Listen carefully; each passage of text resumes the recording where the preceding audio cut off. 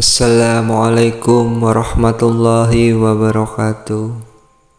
Bertemu lagi dengan saya dan masih di channel yang sama.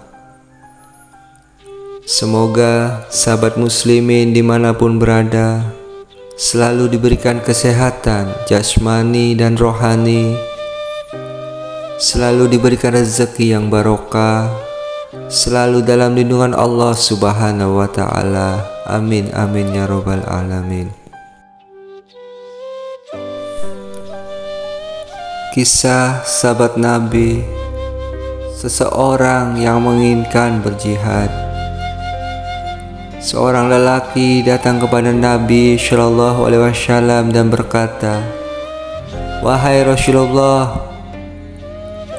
saya telah memeluk Islam dan saya berbaiat kepada Tuhan untuk berhijrah dan berjihad semata-mata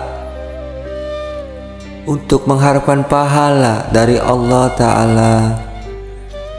Nabi Shallallahu Alaihi Wasallam yang memang mempunyai pandangan tembus yang tidak terhalang hijab, tentu saja semua berkat pemberitahuan dan bimbingan wahyu yang disampaikan oleh Jibril alaihissalam, seketika tersenyum melihat semangat lelaki tersebut dan berkata, "Apakah masih ada salah satu dari orang tuamu yang masih hidup?" "Masih ya Rasulullah, bahkan kedua-duanya masih hidup," kata lelaki tersebut. "Kamu ingin memperoleh pahala yang besar dari Allah," kata Nabi Shallallahu Alaihi Wasallam.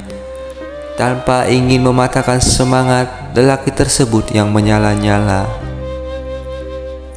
"Benar ya Rasulullah, kembalilah kamu kepada kedua orang tuamu," kata Nabi Shallallahu Alaihi Wasallam. "Layanilah mereka sebaik-baiknya, pada mereka sajalah kamu berjihad." Inilah memang sikap bijaksana Nabi Shallallahu Alaihi Wasallam.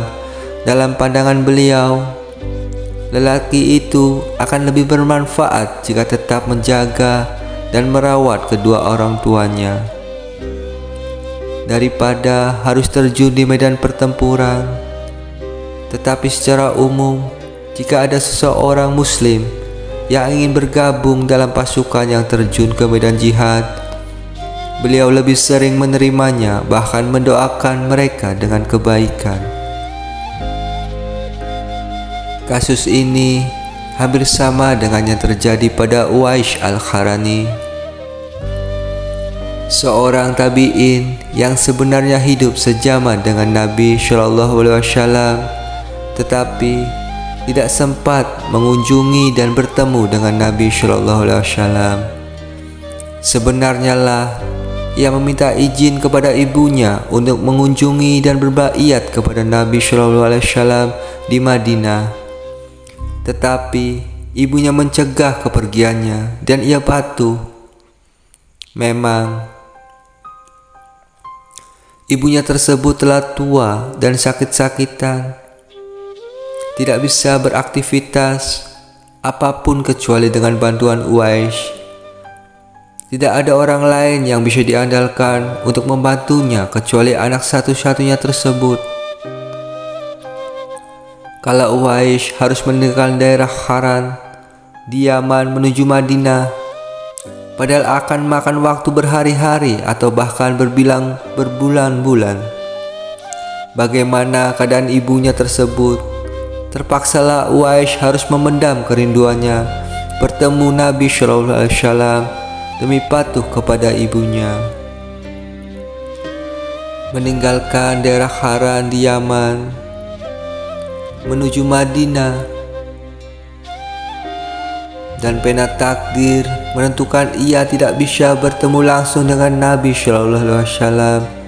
Ia baru bisa ikut ke haji ke Mekah setelah ibunya wafat, yakni ketika masa Khalifah Umar bin Khattab. Namun bertahun-tahun sebelumnya, Nabi Shallallahu Alaihi Wasallam memuji sikap Uwais Al-Qarani ini. Beliau bersabda, "Penghulu syahid para tabi'in adalah Uwais Al-Qarani. Beliau juga mewasiatkan kepada Umar dan Ali bin Abi Thalib untuk menemui Uwais dan memintakan doa ampunan untuk mereka. Dalam riwayat lain, memintakan doa ampunan untuk umat Nabi Shallallahu Alaihi Wasallam keseluruhannya. Terima kasih untuk sahabat muslimin dimanapun berada.